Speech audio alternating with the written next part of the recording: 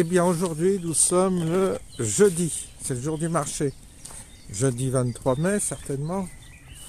Et on va ouvrir un nouveau chapitre sur ce chemin de réflexion, de méditation et d'approfondissement.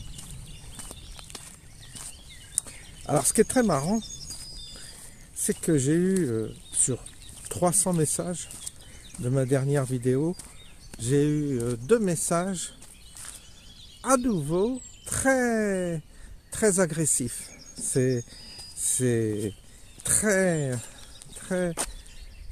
perfide d'une certaine manière. Avec alors il n'y avait pas de, ce sont pas des messages qui étaient comment dire, vulgaires. Au contraire, dans les 2 messages que j'ai reçus qui ont été très offensifs, ils étaient extrêmement travaillés, je dirais même d'un certain niveau.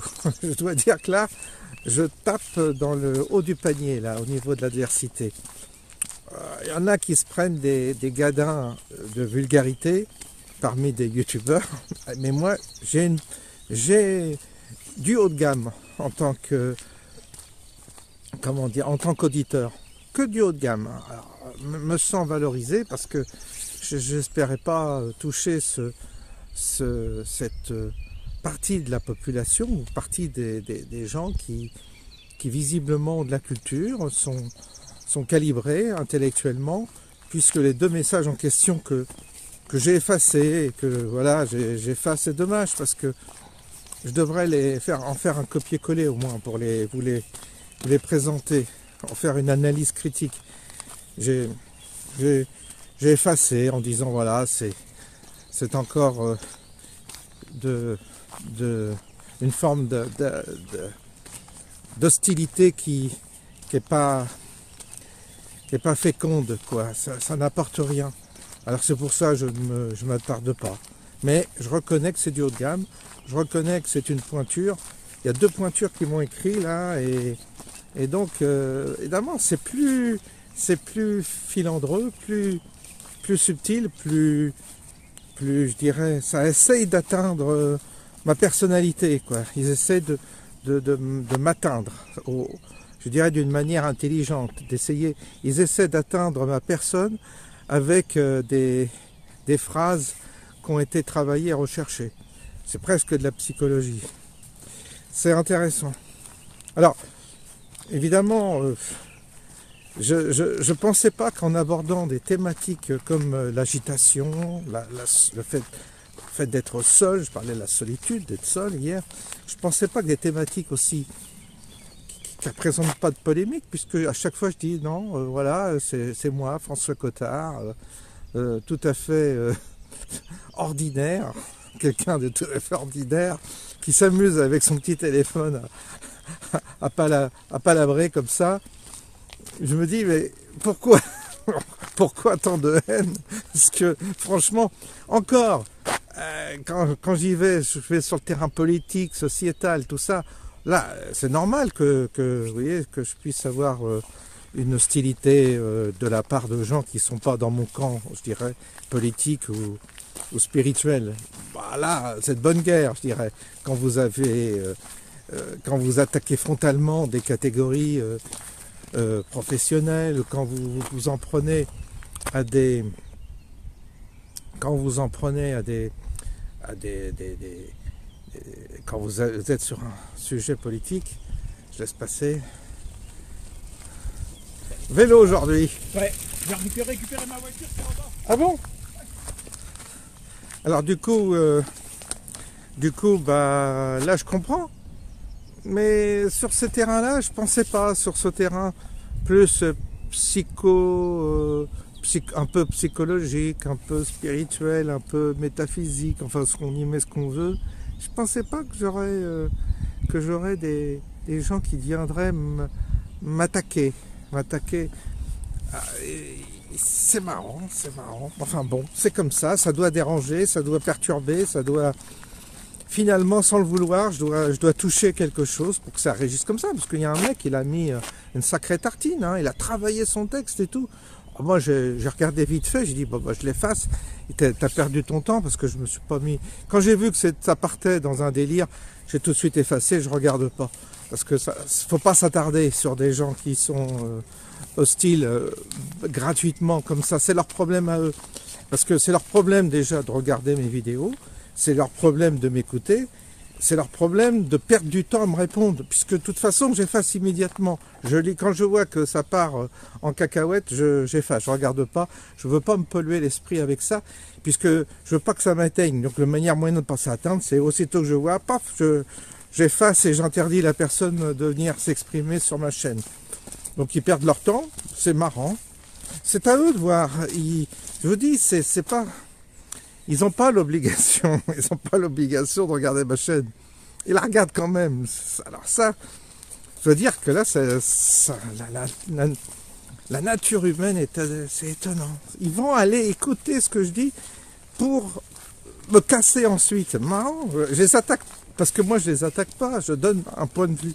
Et je vous dis bien, ce point de vue que j'apporte, il est très... Mais alors, voilà quoi. Il est vraiment... c'est histoire de partager d'un homme ordinaire que je suis, je répète, ordinaire, et j'essaie d'évoquer des questions. Oh là, la pluie, ça va tomber là. Heureusement que je suis sous les arbres. Et donc, ouais, c'est humide aujourd'hui, très humide. Et donc, bah oui, il n'y a pas de calcul derrière, c'est marrant, c'est très très amusant.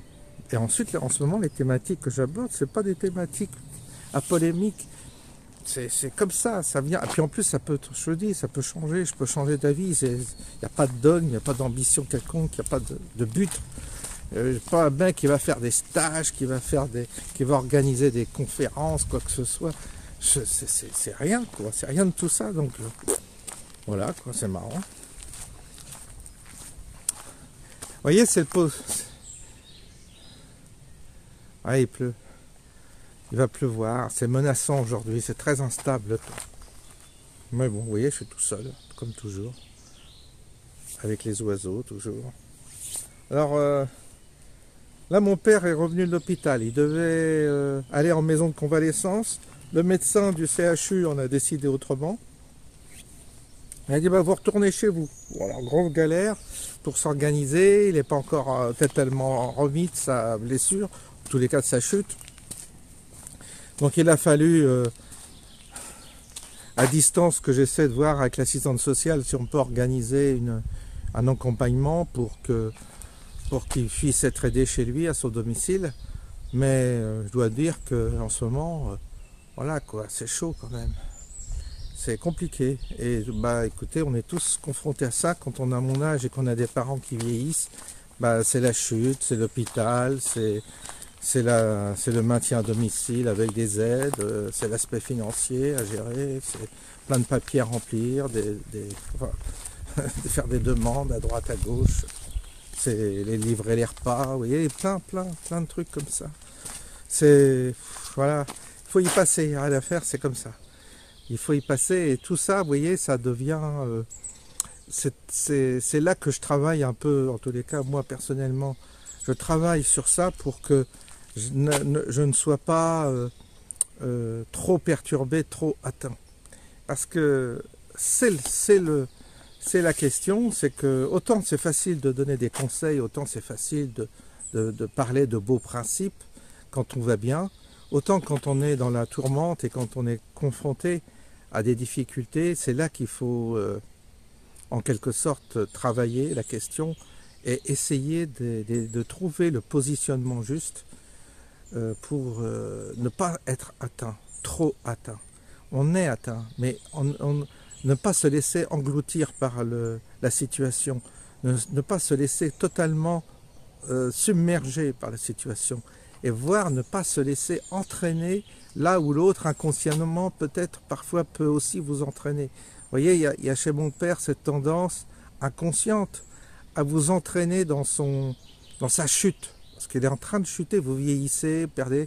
Donc il aimerait presque m'entraîner dans sa chute avec des une forme de course une course dramatique, si vous voulez, une forme de tragédie où on vous emmène, on est parti, on est tous en train de s'effondrer, de se couler, et une forme de presque de complaisance à être emmené comme ça presque dans une forme de délire cataclysmique, quoi. Et ça, c'est très dangereux parce que je pourrais très bien me laisser entraîner dans cette chute. C'est ma grande tentation, c'est le grand risque, une espèce de précipice, un précipice dans lequel la personne peut vous entraîner. C'est aussi un des aspects qui est compliqué à gérer quand on est confronté à ce type d'épreuve, quand l'autre partenaire, le parent, se laisse lui-même aller dans un vertige qui vous entraîne dedans, quoi. C'est le risque. Alors je ne dis pas que c'est conscient, c'est inconscient, et c'est là que le positionnement doit intervenir. On doit se positionner. Parce qu'il y a un moment donné, soit vous vous laissez entraîner par l'autre et vous sombrez même avant l'autre, c'est-à-dire vous déprimez, vous ne mangez plus, vous sombrez.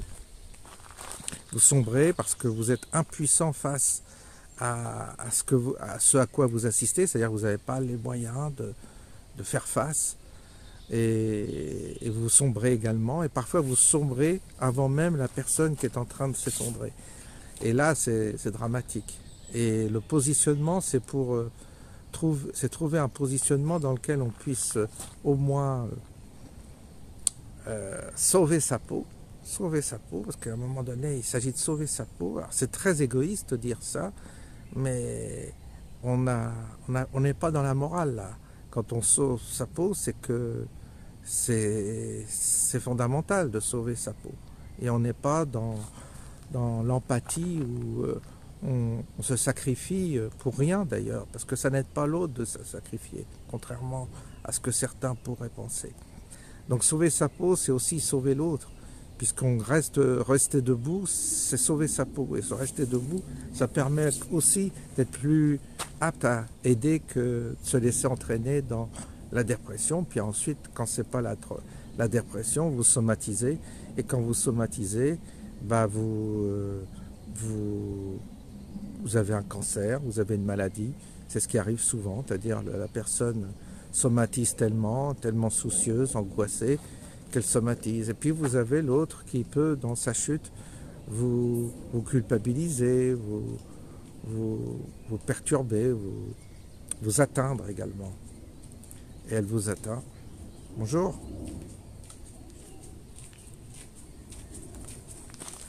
Antoine de Maximi, numéro 2. Oui.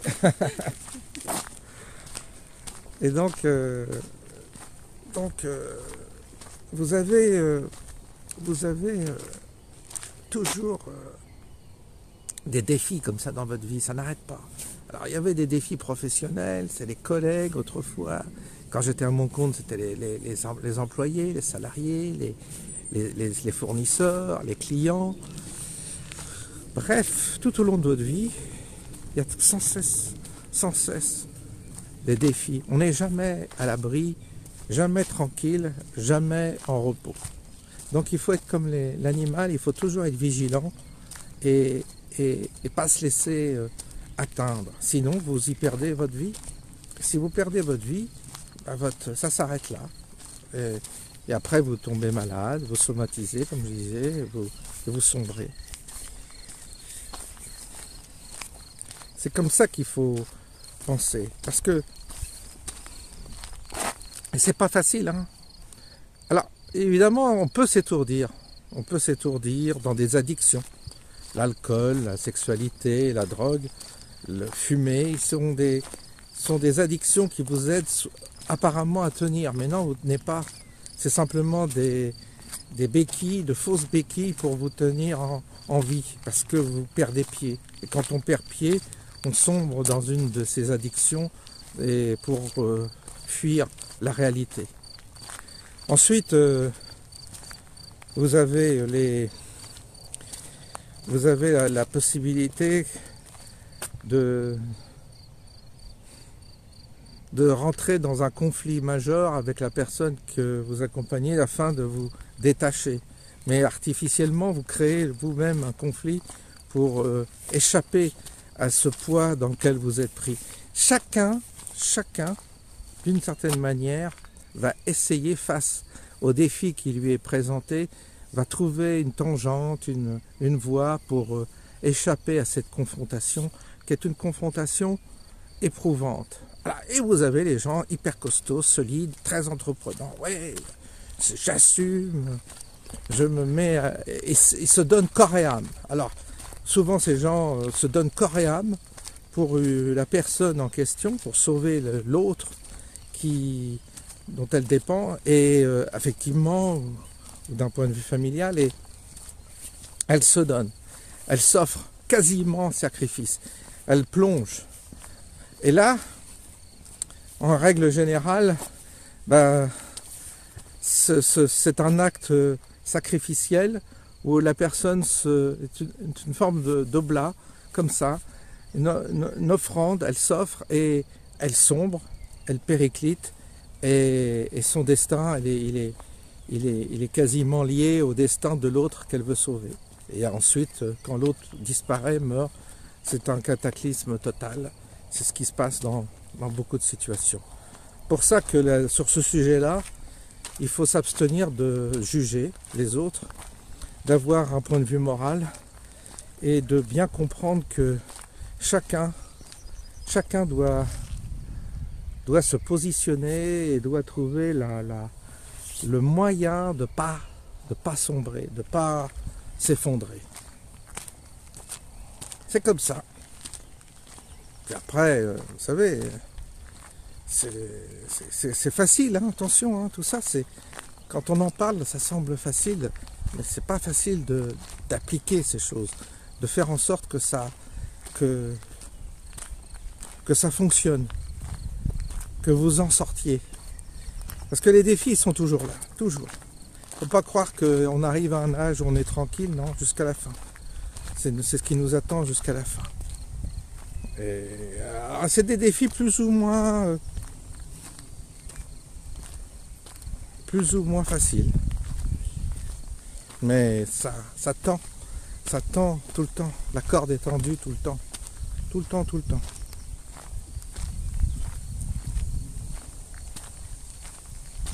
Et vous savez,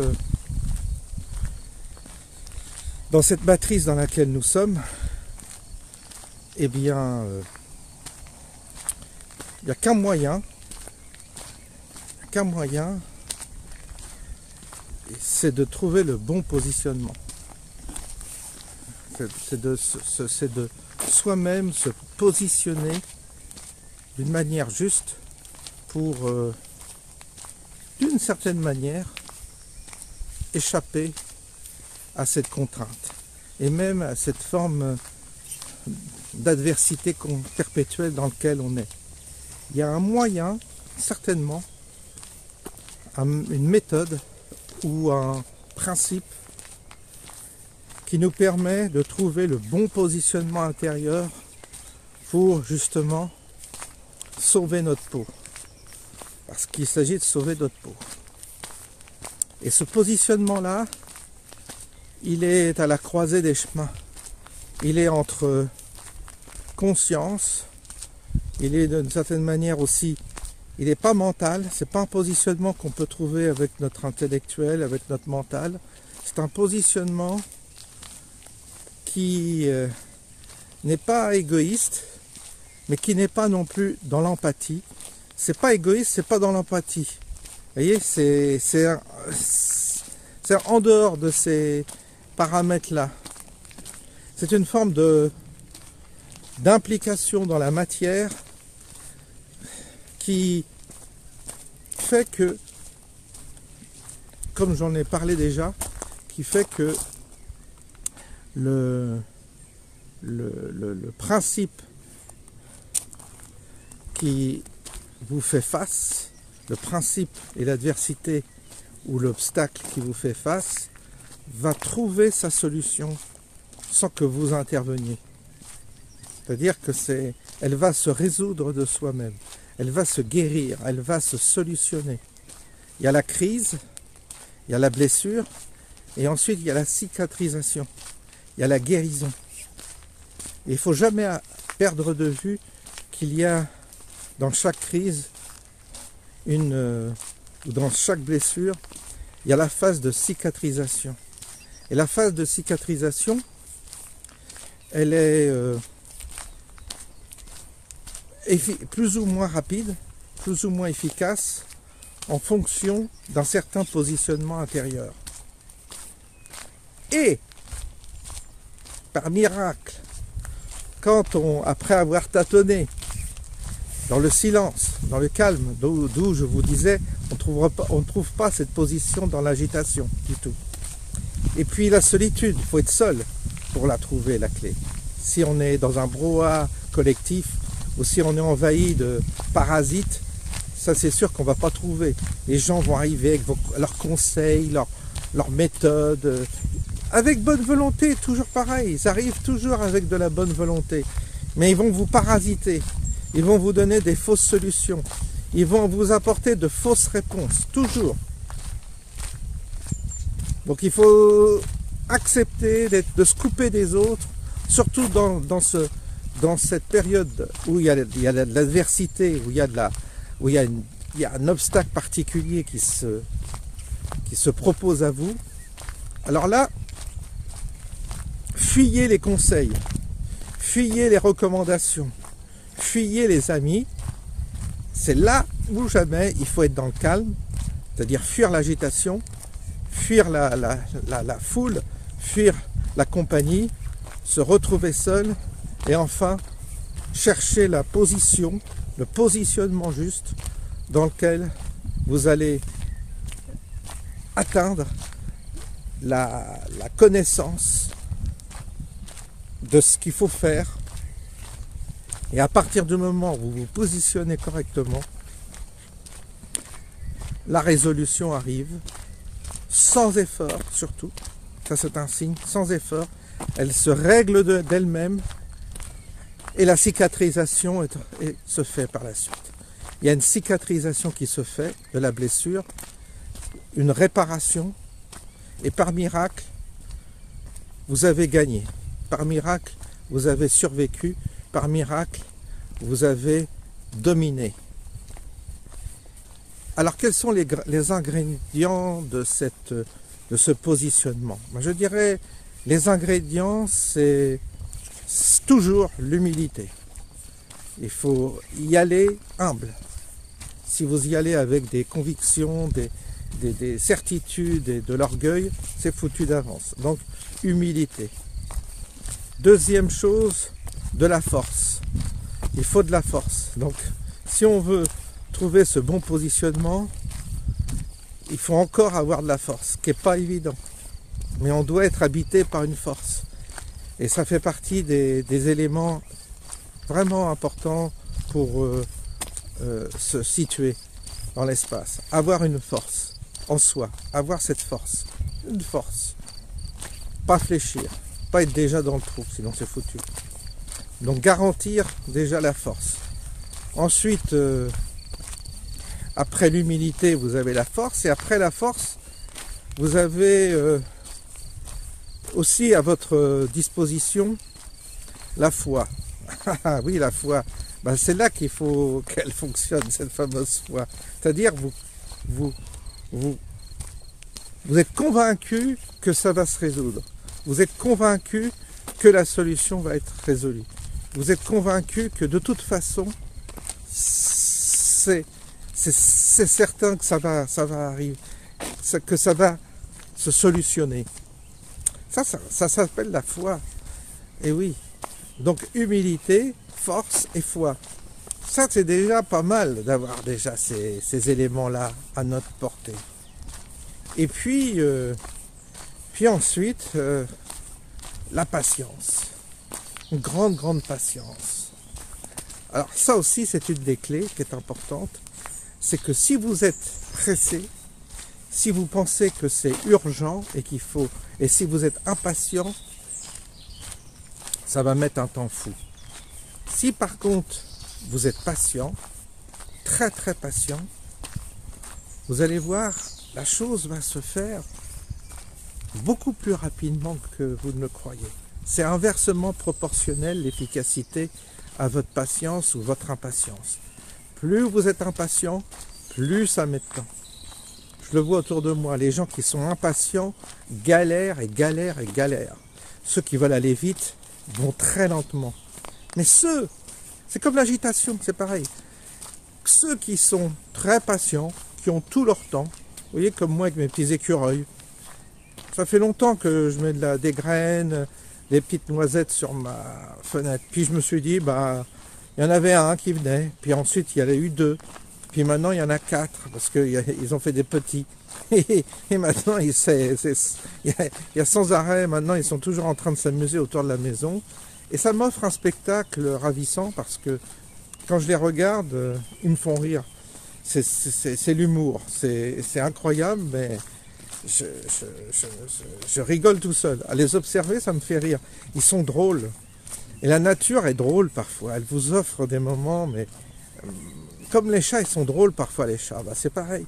On regarde des vidéos de chats, vous savez, ça nous amuse. Ils ont des trucs incroyables. C'est des clowns.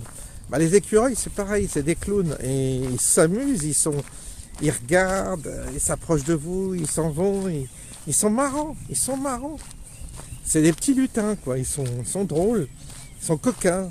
C'est très amusant. Et donc, vous avez là un spectacle amusant qui vous relaxe parce que le rire fait du bien.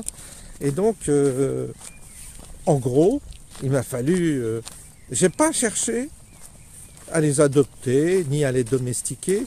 Il n'y avait pas d'intention particulière, puis ça s'est fait comme ça. Et aujourd'hui, ça me fait un bien fou.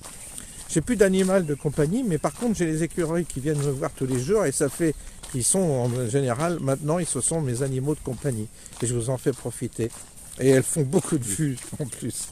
Donc, c'est normal, ça paye les graines. Et donc, du coup,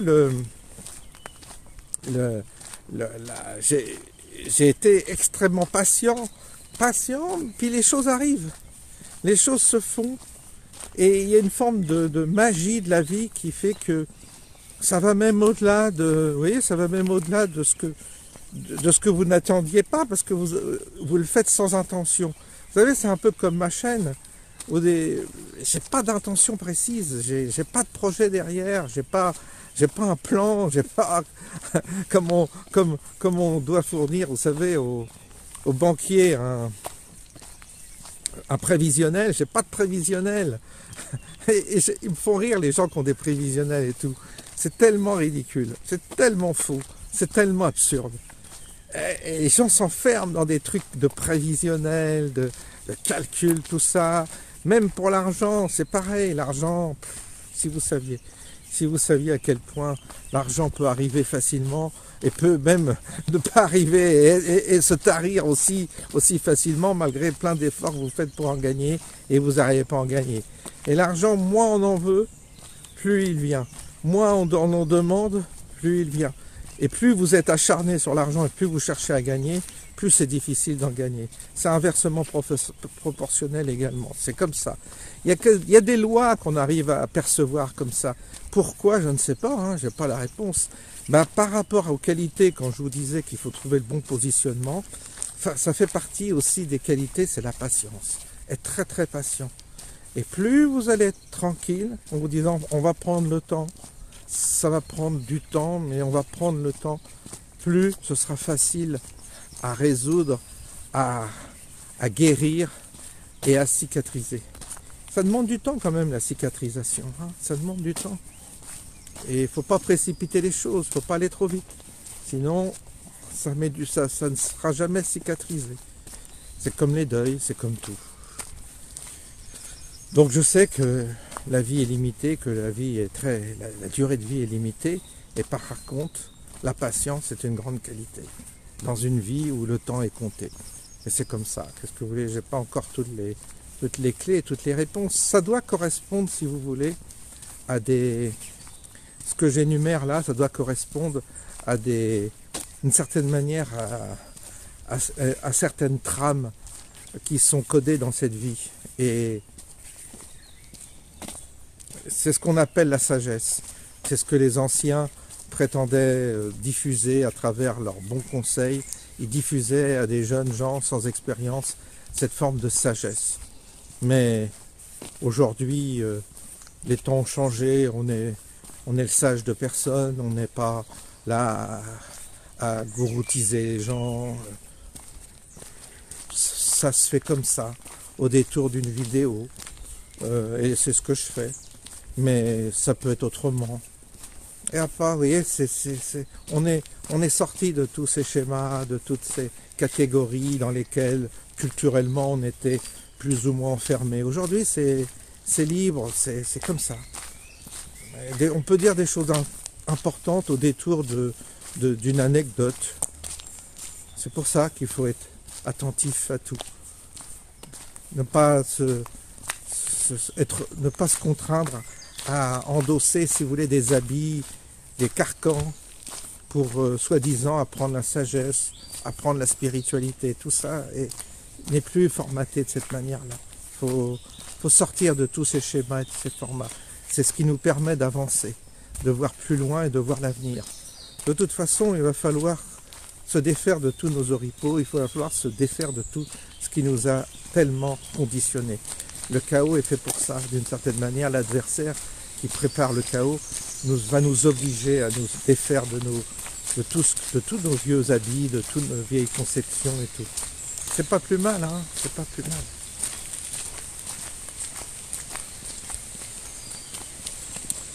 Bien, ben on va rentrer, vous voyez, c'est sombre, ça commence à menacer, ils ont prévu de la pluie là, ça va tomber j'ai l'impression.